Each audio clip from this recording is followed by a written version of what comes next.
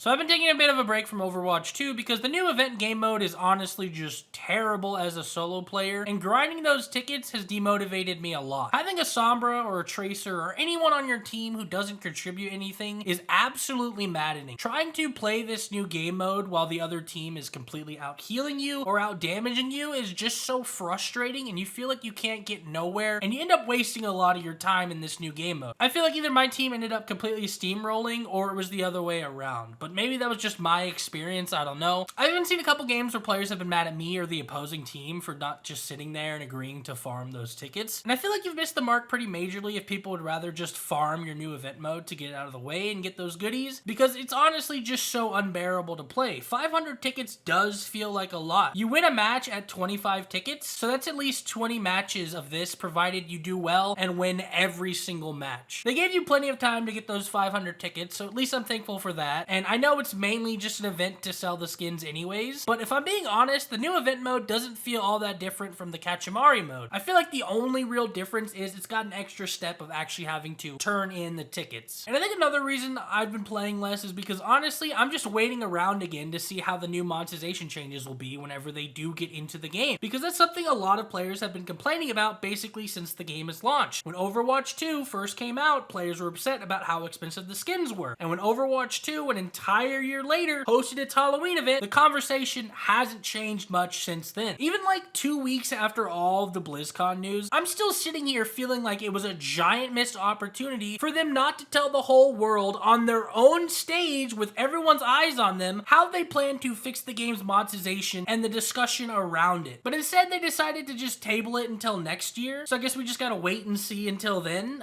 I don't know. I'm still mad about that. And this upcoming Season 8 with Maga, it does kind of feel like the D&D season for me. While yes, there will be a new hero, and that is a big deal, that does change the game a lot, it kind of feels like it's going to be a buffer season for me until we get to the real stuff, like the rank changes coming in Season 9, and then the monetization changes coming later on whenever they decide to talk about it. So yeah, those are kind of my current thoughts for Overwatch 2 and the Le Seraphim event before it does leave the game. And that's pretty much the video. Did you guys enjoy the event, or were you kind of like me who just couldn't stand it?